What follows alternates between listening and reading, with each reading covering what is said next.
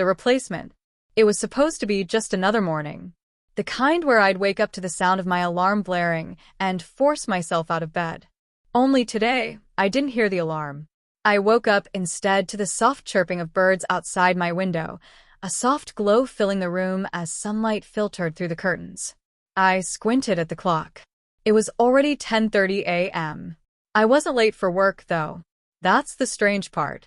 I never slept in past 7 a.m., even on weekends. Yet here I was, more rested than I'd been in years. I rubbed my eyes, then swung my legs out of bed, only to stop cold. The room was different. Not much, just little things. The pictures on the wall, the color of the bedspread, even the arrangement of the furniture. My own dresser was gone. In its place, there was a sleek, modern wardrobe. I had lived in this apartment for 5 years. I knew every corner, every inch. But this wasn't my room anymore. My heart began to race. I thought I was dreaming. Had I been asleep for days? No. I checked the date on my phone. April 15th. The date hadn't changed. I rushed to the kitchen, and the confusion only deepened. The coffee maker, the cereal box, even the mugs, everything was different. I couldn't explain it. I opened the front door, expecting to hear the usual hustle and bustle of the street. But the silence that greeted me was unnerving. No cars. No people. Just the hum of the city in the distance. I walked out into the hallway, only to freeze in my tracks. My neighbor, Tom, was standing outside his apartment, staring at me with wide eyes. Hey, Tom, I said, trying to sound casual. But he didn't say anything. He just stared, eyes filled with something that was half fear, half confusion. Are you okay? I asked, taking a step closer. He blinked rapidly, as if he hadn't realized I was speaking. Yeah, I'm fine.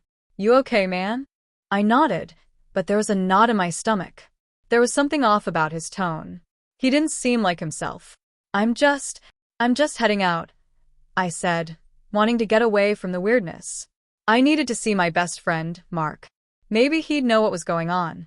I took the elevator down to the lobby, but when the doors opened, I nearly stumbled back in shock. The front desk, my building's lobby, looked brand new. The walls were freshly painted, and there was a new receptionist sitting behind the desk. I blinked. The old receptionist, Martha, had been working there for years. She knew me by name. She even knew my birthday. But this woman? She looked at me like I was a stranger. Can I help you? She asked, not even glancing up from her computer. I was about to speak when I heard a familiar voice. Hey man, there you are. I turned to see Mark walking toward me, his usual easy smile on his face. But when I saw him up close, something inside me froze. His smile didn't reach his eyes. Mark, what's going on? I asked, my voice hoarse. He looked at me like I was crazy. What do you mean?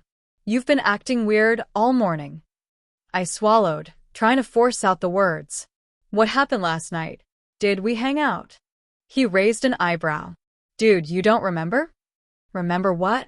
I racked my brain, but it was as if my memory had been wiped clean. I don't know. I just feel like something's wrong. I muttered. He slapped me on the back, laughing. You're fine. Just get your head together. But I wasn't fine. There was something off about him, too. His laughter felt forced, and his eyes darted around like he was nervous. I'm going home, I said, my voice tight with unease. I'll see you later. Later that night, I couldn't shake the feeling that my entire life had been replaced. I went back to my apartment, hoping to find something that would make sense of it all. But everything continued to be different. I checked my social media. No one had posted about me in days. I checked my phone's contacts. There was no history of calls or messages from anyone.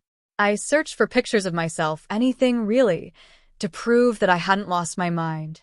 But the more I searched, the more I realized something horrifying. I wasn't in any of the photos. I've been living in this world for a week now.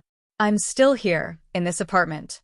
Still going through the motions trying to act normal. But no one remembers me. No one but me.